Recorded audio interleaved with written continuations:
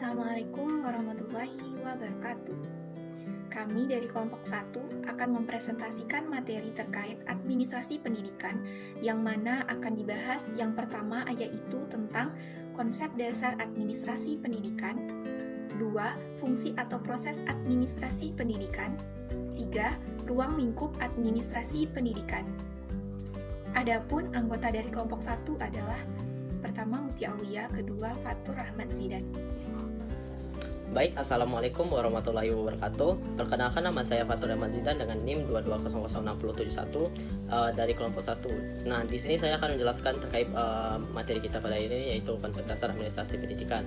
Nah, administrasi berasal dari kata etimologi, kata Latin ed dan ministrate. Nah, ed berarti intensif, sedangkan ministrate berarti melayani, membantu dan memuaskan. Nah, sebagai hasilnya, tugas utama seorang administrator adalah memberikan pelayanan yang sangat baik secara harfiah dan kiasan menurut Zainuri tahun 2021. Nah, menurut Undang-Undang Pendidikan Nasional Nomor 20 tahun 2003, pendidikan adalah usaha sadar dan terencana untuk mewujudkan suasana belajar dan proses pembelajaran agar peserta didik secara aktif mengembangkan potensi dirinya untuk memiliki kekuatan spiritual keagamaan, pengendalian diri, kepribadian, kecerdasan, akhlak mulia, serta keterampilannya yang diperlukan dirinya, masyarakat, bangsa, dan negara.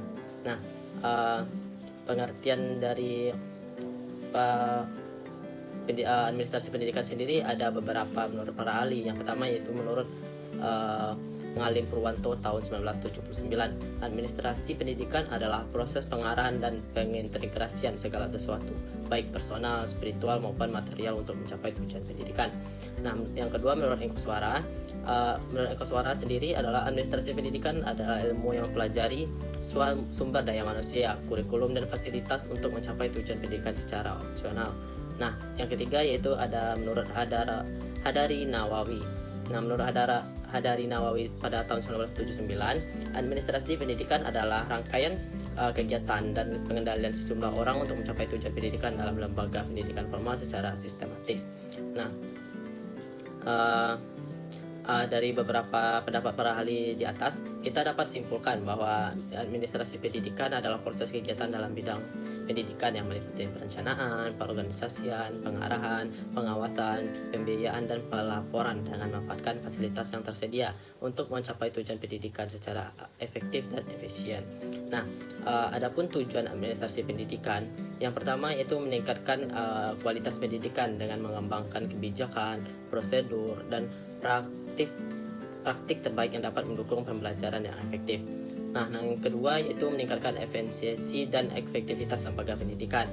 Lalu yang ketiga ada mendorong perubahan dan inovasi lembaga pendidikan.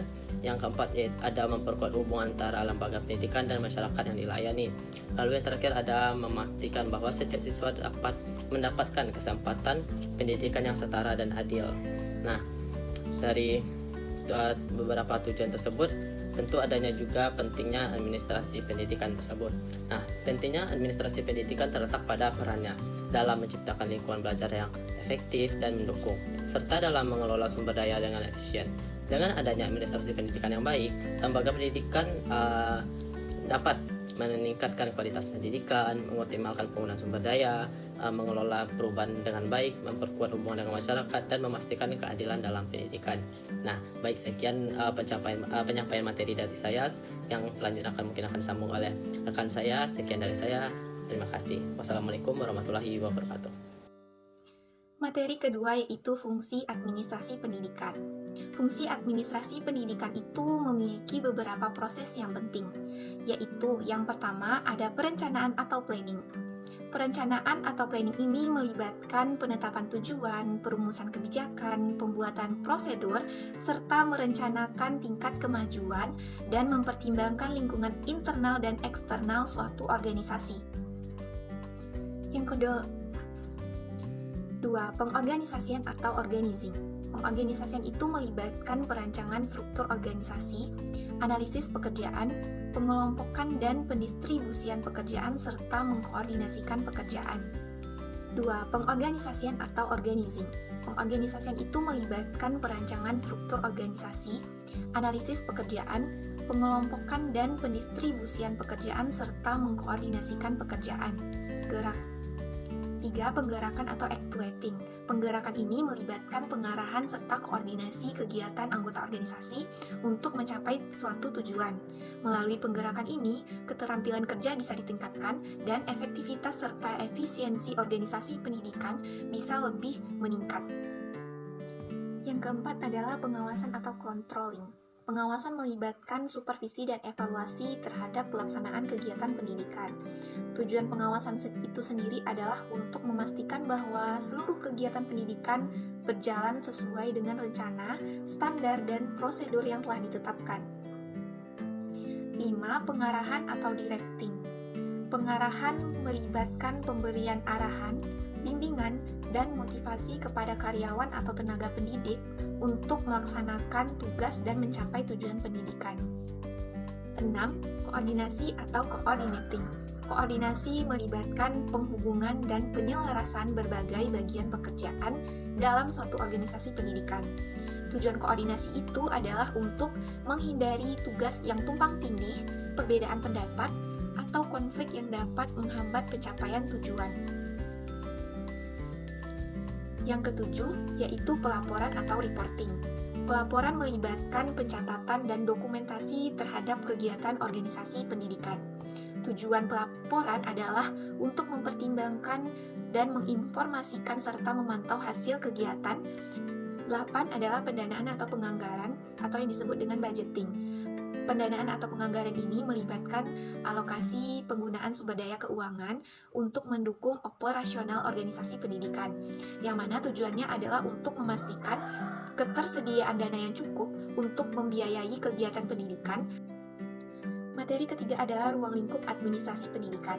Ruang lingkup kegiatan yang berkaitan dengan manajemen sekolah atau administrasi sekolah mencakup beberapa bidang, yaitu yang pertama adalah administrasi kemahasiswaan.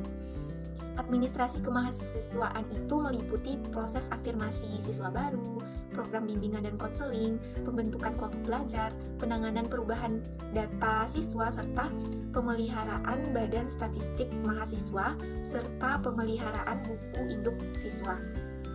2. Administrasi kurikulum.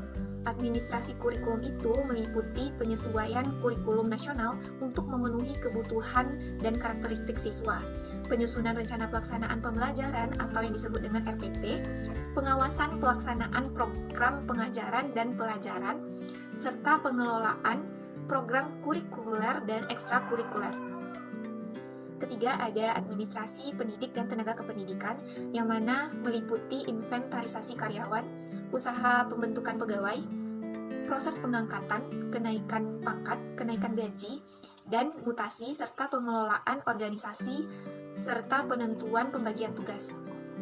4. Administrasi sarana dan prasarana, meliputi perencanaan, pengorganisasian, koordinasian, pengawasan, dan evaluasi kebutuhan dan penggunaan fasilitas sekolah agar dapat memberikan kontribusi secara lebih optimal dalam kegiatan belajar mengajar.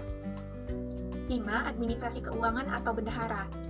Administrasi keuangan ini melibatkan tindakan pengelolaan anggaran, termasuk penerimaan dan distribusi anggaran oleh otorisator, pengujian dan pembagian pembayaran berdasarkan otorisasi dan serta penerimaan, penyimpanan, dan pengeluaran uang oleh bendahara, serta tanggung jawab pembukuan. Keenam adalah administrasi hubungan masyarakat atau yang disingkat dengan HUMAS. Di sini melibatkan tindakan untuk mendapatkan dukungan serta partisipasi masyarakat dalam kemajuan sekolah, termasuk penyampaian informasi kepada publik tentang program sekolah saat ini dan di masa yang akan datang, serta membangun citra positif lembaga tersebut di masyarakat. Selanjutnya adalah studi kasus. Studi kasus dalam materi administrasi pendidikan, yaitu sebuah sekolah menengah yang mana mereka dihadapkan pada masalah penurunan angka siswa yang mendaftar.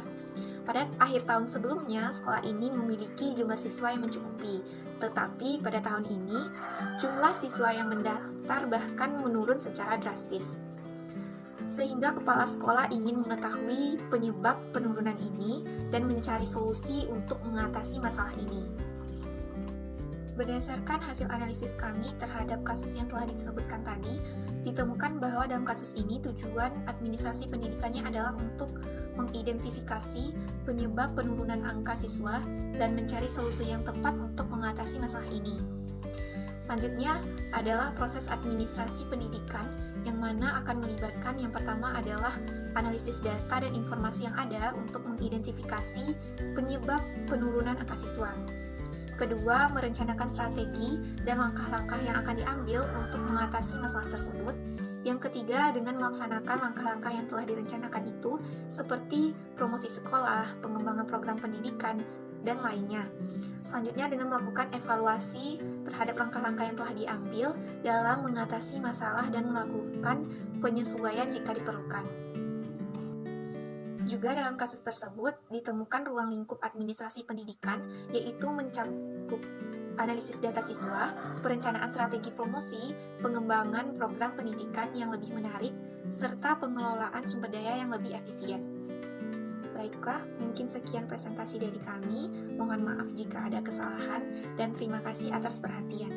Kami akhiri. Assalamualaikum warahmatullahi wabarakatuh.